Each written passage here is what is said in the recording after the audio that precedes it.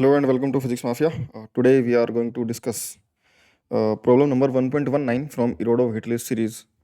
इस क्वेश्चन में यार देखो हमें दे रखा है कि point traverse half a circle of radius 160 centimetre during a time interval of tau equal to 10 second, यानी 10 सेकंड के अंदर एक पार्टिकल है वो इतनी रेडियस का आधा सर्कल कंप्लीट कर लेता है।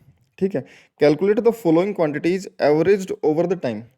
जो टाइम दे रखा है टाइम 10 सेकंड, इतने टाइम सेकंड के अंदर, इतने टाइम इंटरवल के अंदर जो क्वांटिटीज हमसे पूछी गई उनकी एवरेज वैल्यू हमें कैलकुलेट करके बतानी है।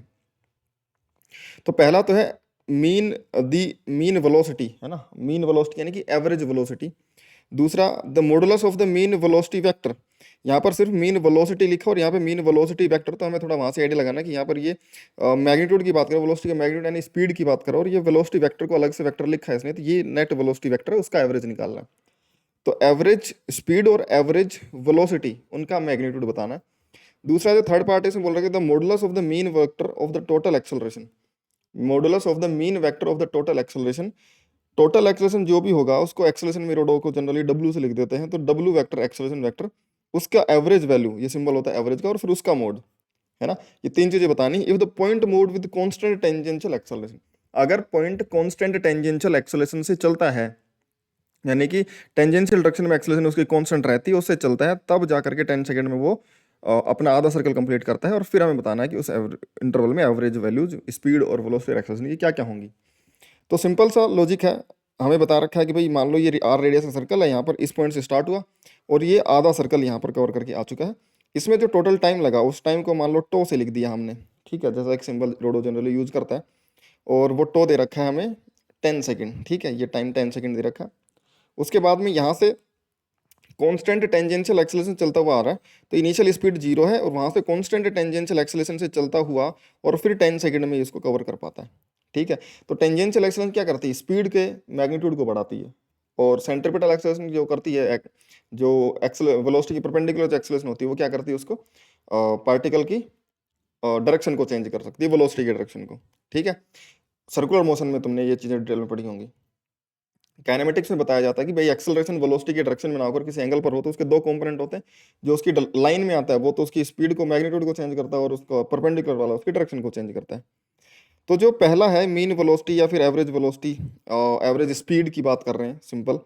तो एवरेज वेलोसिटी अगर पूछा जाए, एवरेज वेलोसिटी तो देखो डिस्प्लेसमेंट बाय टाइम होता है, और डिस्प्लेसमेंट ए से बी तक, ए से बी तक डिस्प्लेसमेंट जो बनेगा सेमी सर्कल में वो R plus R two R के बराबर बनेगा। तो displacement two R radius upon में टाइम, और डायरेक्शन के साथ अगर मैं देखूंगा एवरेज वेलोसिटी का, एवरेज वेलोसिटी की एवरेज वैल्यू, तो डिस्प्लेसमेंट अपॉन में टाइम, डिस्प्लेसमेंट टू आर हुआ है, और जो डायरेक्शन होगी वो ए से बी तक का वेक्टर होगा, यानी कि आई कैप समझ लो उसको, यहाँ पर आई कैप है।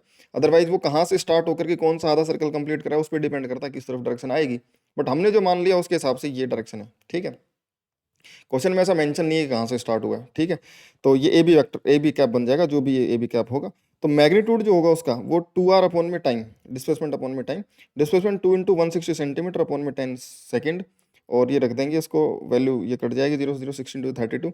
एवरेज वेलोसिटी बन जाएगा 32 सेंटीमीटर। ए बी कैप जिस भी ए से बी तक गया है, हमारा यहाँ पर आई कैप है वो ए बी कैप, तो आई कैप में आ जाएगा इस तरफ, जो आई कैप जे कैप हमने क्वेश्चन में माना।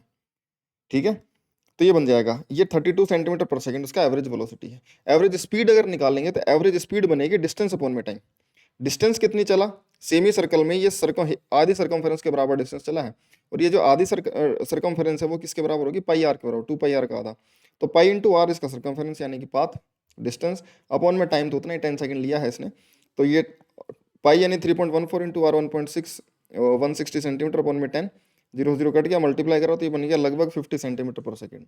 ठीक है, 50 सेंटीमीटर पर सेकंड एवरेज स्पीड आई है, और ये एवरेज वेलोसिटी आई है। ठीक है, क्वेश्चन में बोला गया वैसे तो कि मीन वेलोसिटी, बट ये वेलोसिटी स्पीड की वैल्यू लिखी, पहले में आंसर दिया एवरेज स्पीड का 50 सेंटीमीटर पर सेकंड, जो रोडो में आंसर दे रखा है ना, वो पहले का आंसर 50 सेंटीमीटर पर सेकंड दे रहे हैं, एवरेज स्पीड की वैल्यू उसमें दे रखी है, क्योंकि इन्होंने इसको वेलोसिटी बोला और फिर वेलोसिटी वेक्टर बोला है, यानी कि ये वाला वेलोसिटी वेक्टर, इसको ये एवरेज वेलोसिटी का वेक्टर, उसका मैग्नीट्यूड जो कि ये बना, हमने एवरेज वेलोसिटी जो पहले निकाली 32 सेंटीमीटर पर सेकंड, ये उसका मैग्नीट्यूड 32 आएगा। तो सेकंड का आंसर वो 32 लिया है, वेलोसिटी वेक्टर इसको माना है, इसको सिंपल वेलोसिटी यानी उसका मैग्नीट्यूड माना, यानी स्पीड माना। ठीक है, तो ये इस हिसाब से इसको एवरेज स्पीड है और ये एवरेज वेलोसिटी का मैग्नीट्यूड है, ये 32 आ गया हमारा। तो पहले और दूसरे पार्ट सोल्व हो गए। थर्ड पार्ट में पूछा है एवरेज जो एक्सेलरेशन है ना, एक्सेलरेशन की एवरेज वैल्यू और उसका मैग्नीट्यूड। सबसे पहले एक्सेलरेशन क्या होगा, एक्सेलरेशन जो एवरेज होता है, अगर हमें एवरेज एक्सेलरेशन लिखना हो, मैग्नीट्यूड ऑफ मीन वेलोसिटी, क्या पहले वेलोसिटी का एवरेज और उसका मैग्नीट्यूड, वो 32 सेंटीमीटर पर सेकंड आ चुका है। थर्ड पार्ट एवरेज एक्सेलरेशन निकाल, एवरेज एक्सेलरेशन क्या होता है, चेंज इन वेलोसिटी अपॉन में टाइम, सिंपल। और उसका मैग्नीट्यूड निकालेंगे तो इधर भी मैग्नीट्यूड लगा देंगे। तो average acceleration change in velocity upon में टाइम होता है, इधर मैग्नीट्यूड निकालना है तो फिर इसका मैग्नीट्यूड निकाल देंगे, चेंज इन वेलोसिटी अपॉन में टाइम का। तो एवरेज एक्सेलरेशन का मैग्नीट्यूड होगा चेंज इन वेलोसिटी का मैग्नीट्यूड अपॉन में टाइम। चेंज इन वेलोसिटी क्या होगी, final velocity minus initial velocity. अभी अगर ये जीरो से चलना स्टार्ट हुआ था और टेंजेंशियल कांस्टेंट टेंजेंशियल एक्सेलरेशन की वजह से यहाँ पर पहुंच पाया है, तो initial velocity zero, final velocity हमने जो माना उसके हिसाब से माइनस का वी जे कैप बन जाएगा। यहाँ पे जो भी टो टाइम बाद इसकी स्पीड है उसके हिसाब से माइनस का वी जे कैप इसकी वेलोसिटी है। तो final velocity minus V J cap minus initial velocity हमारी जीरो थी और अपॉन में टाइम टो, ठीक है ना। इतना टाइम ये एवरेज एक्सेलरेशन का मैग्नीट्यूड होगा। अब मैग्नीट्यूड निकालेंगे तो वी, ये तो जीरो ही है, माइनस वी जे कैप का मैग्नीट्यूड तो वी ही है ना, माइनस जे कैप तो डायरेक्शन बता रहा था। तो एवरेज एक्सेलरेशन का मैग्नीट्यूड जो बनेगा वो फाइनल वेलोसिटी अपॉन में टाइम टो के बराबर आ जाएगा।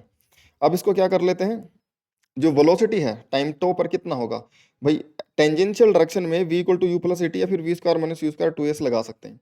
टेंजेंशियल डायरेक्शन में अगर जो एक्सेलरेशन है वो डब्ल्यू टी है तो टाइम टी में उसकी स्पीड जो होगी v equal to u plus a t tangential direction में लगाया जा सकता है।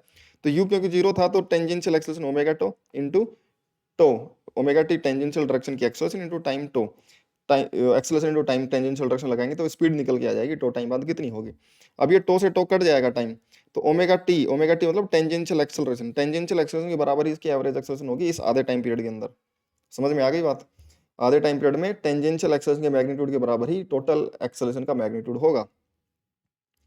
अब हमें तो टेंजेंशियल एक्सेलरेशन निकालना है, अब टेंजेंशियल एक्सेलरेशन आ जाएगा तो आंसर आ जाएगा। अब टेंजेंशियल एक्सेलरेशन कैसे निकालें, वो हम निकाल सकते हैं, क्योंकि हमें पता है कि उतने टेंजेंशियल एक्सेलरेशन की वजह से टाइम टो के अंदर वो जो डिस्टेंस कवर करी है उसने वो पाई आर के बराबर है। तो अलोंग द टेंजेंट, या फिर मैं बोलूँ along the circumference,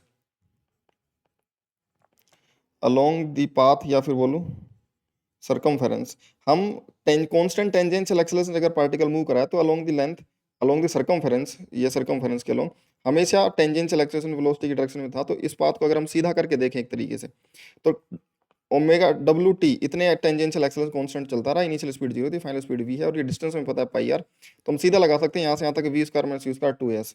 final velocity में, फाइनल वेलोसिटी वी हमें वी के फॉर्मेट में पता है, ओमेगा डब्ल्यू टी इंटू टो, और is minus initial velocity zero थी equal to two into acceleration डब्ल्यू टू इंटू डिस्प्लेसमेंट, कितना डिस्प्लेसमेंट हम अलोंग द टेंजेंट लिख रहे हैं तो डिस्प्लेसमेंट ये नहीं लिखेंगे, हम इस पाथ के अलोंग इक्वेशन लगा रहे हैं, तो पाथ की जो पूरा स्ट्रेट करके देखने पर जो लेंथ आएगी पाई आर के बराबर, वो डिस्प्लेसमेंट हम लिखेंगे पाई आर, ठीक है। अलोंग द पाथ हमने इक्वेशन लगाई है, थर्ड इक्वेशन।